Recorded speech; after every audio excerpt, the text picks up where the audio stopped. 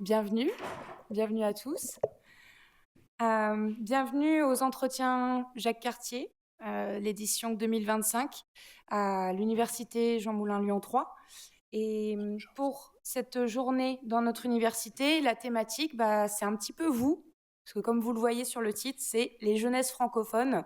Donc, on va dire que tous ceux qui sont assis là sont ciblés. Voilà, c'est à vous qu'on va essayer de parler aujourd'hui. Quels nouveaux repères pour la représentation de soi et l'inclusion? Donc, l'idée, ça va être vraiment de vous parler d'une francophonie qui vous parle à vous. Voilà, on va tenter ça. Et on va commencer avec le discours de Monsieur Jobert, vice-président en charge des relations internationales, des partenariats et de la francophonie à la direction des relations internationales de Lyon 3 et directeur académique de l'Institut international pour la francophonie. Je vous laisse la parole, Monsieur Jobert. Merci beaucoup, Justine. Alors, je vous rassure, ça va être un discours qui ne va pas être très protocolaire et qui ne sera pas très long. Donc, prenez votre mal en patience, ça va aller. Donc, merci à tous nos collègues du Québec et d'ailleurs, qui sont venus de loin et de près d'être présents parmi nous. C'est un très grand plaisir pour moi et pour le président de l'université, professeur Gilles Bonnet, que je représente, de vous accueillir dans le cadre des entretiens Jacques Cartier. Vous savez que ça dure depuis dimanche soir, hein, si ma mémoire est bonne. Et donc, il y a plusieurs activités sur différents campus à Lyon. Donc, c'est très important pour nous d'accueillir cette année cette journée d'études spéciale. Comme vous le savez, l'année 2025 marque le 38e anniversaire de cette coopération entre la région Aura et le Québec. Donc 35 ans, c'est pas rien. Ça montre quand même que c'est quelque chose de dynamique et qui est ancré dans nos traditions. Pourquoi ? Parce que c'est utile à la fois au niveau des relations académiques entre les différentes universités qui sont présentes, mais aussi avec les acteurs politiques et socio-économiques à la fois du Québec et de Lyon, puisque vous savez que chaque année, il y a une alternance, une fois ça se passe à Lyon, une fois ça se passe à Montréal. Et donc, c'est vraiment un moyen de mettre en commun toutes ces énergies.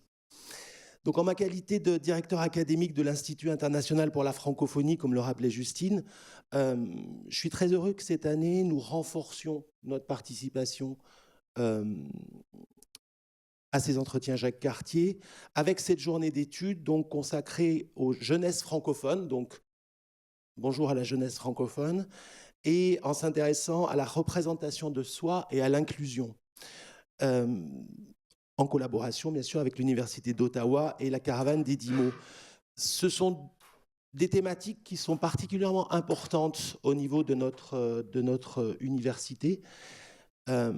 L'inclusion est quelque chose qui fait partie des priorités de la présidence à tous les niveaux. On a une vice-présidente chargée de l'inclusion, on a plusieurs actions qui sont mises en place.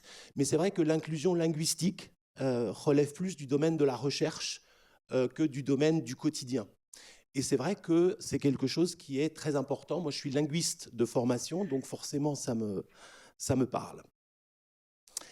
Un petit mot quand même sur Lyon 3 et le Canada / le Québec quand même. Donc, nous envoyons chaque année une trentaine d'étudiants, soit pour un semestre, soit pour une année d'études au Québec. Et on ne reçoit malheureusement qu'une vingtaine d'étudiants en retour.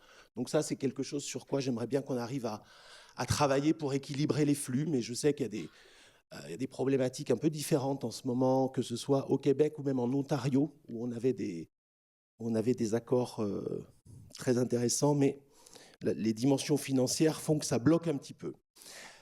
Outre ces mobilités qui sont importantes, hein, c'est un peu notre cœur de métier aux relations internationales, nous avons aussi des choses plus structurantes, c'est-à-dire nous avons des doubles diplômes. Donc un double diplôme pour les étudiants, c'est quand un étudiant, par exemple, fait un master, il fait sa première année chez nous, il fait sa deuxième année à l'étranger, et puis il a les deux diplômes, le diplôme des deux universités. Donc ce qui est très important, puisque d'une part, c'est une vitrine et un label de qualité pour les universités, d'avoir ce partenariat spécifique, mais aussi d'un point de vue beaucoup plus terre-à-terre, quand vous entrez sur le marché du travail, avoir une double diplomation, par exemple, de Lyon et d'Ottawa, ou de Lyon et de Laval, ou de Lyon et de Montréal, c'est quand même quelque chose que vous pouvez valoriser.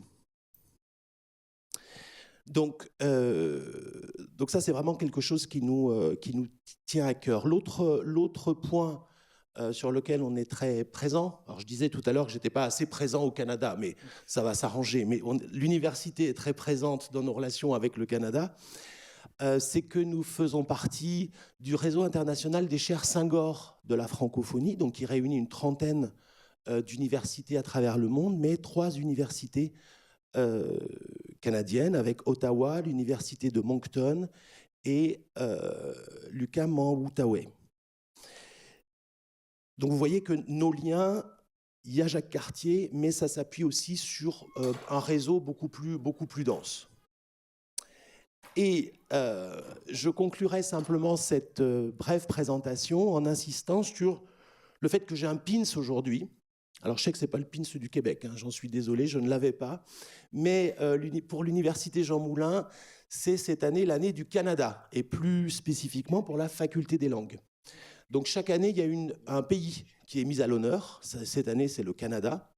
Et donc, toute l'année sera jalonnée par des événements culturels, des événements musicaux, littéraires, etc., qui permettront à tous les étudiants, donc tout le monde est bienvenu, de découvrir un peu plus la culture canadienne et québécoise, la culture avec un grand C, puisqu'il est question de littérature. Il y a un prix littéraire, le prix Caméléon, qu'on fait en même temps avec la BU de Lyon 3, mais aussi culture avec un petit C. Je me suis laissé dire qu'il y aurait de la poutine à manger certains soirs. Je ne vous dirai pas ce que j'en pense, mais voilà. Il y aura aussi de la musique. Donc, il y a énormément d'événements qui vont jalonner cette année et auxquels vous êtes toutes et tous, bien sûr, invités.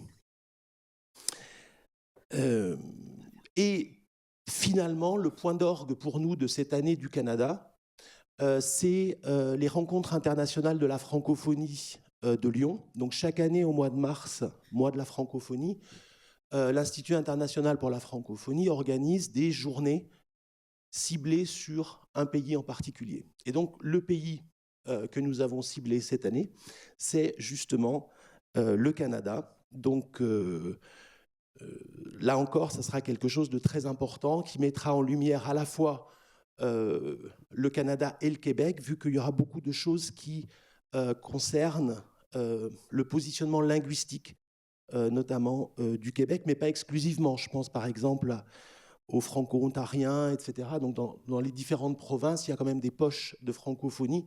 On a souvent tendance à les oublier puisque le Québec prend toute la lumière, si j'ose dire. Mais voilà. Et le titre de ces rencontres, le titre n'est pas de moi, mais je vous le livre quand même. Donc la francophonie au Canada, 2 points, jusque-là, pas de surprise, prouve que tu existes. Alors, je ne sais pas si ça ne fait pas sourire les jeunes. Les plus anciens, oui. Je vous invite à aller voir France Gall sur YouTube. C'est une chanson qui était populaire dans les années 80. Ça a beaucoup amusé la directrice du département d'études anglophones qui est canadianiste. Mais j'ai déjà trop parlé. Simplement, un dernier mot sur le dictionnaire des francophones. Justine va ouvrir cette journée d'études avec une présentation du dictionnaire des francophones. C'est un projet, comme vous le savez, du président de la République au début de son premier mandat, un dictionnaire participatif qui rassemble les différentes variétés de français. C'est donc un dictionnaire inclusif, il n'est pas normatif, donc il inclut tout ce qu'on peut inclure dans les variétés de français au sens très large. Et bien évidemment, par ce biais, il permet aussi une représentation des différents locuteurs, des différentes variétés du français. Donc c'est pour ça qu'il trouve sa place, une place de choix dans la thématique de cette journée, mais je me suis laissé dire que ce n'était pas un hasard. Donc il ne me reste qu'à vous souhaiter une très belle journée. Merci encore aux participants, surtout ceux qui sont venus de très loin. Merci à vous pour votre intérêt pour cette journée d'études et travaillez bien. Bonne journée. Merci beaucoup, Manuel.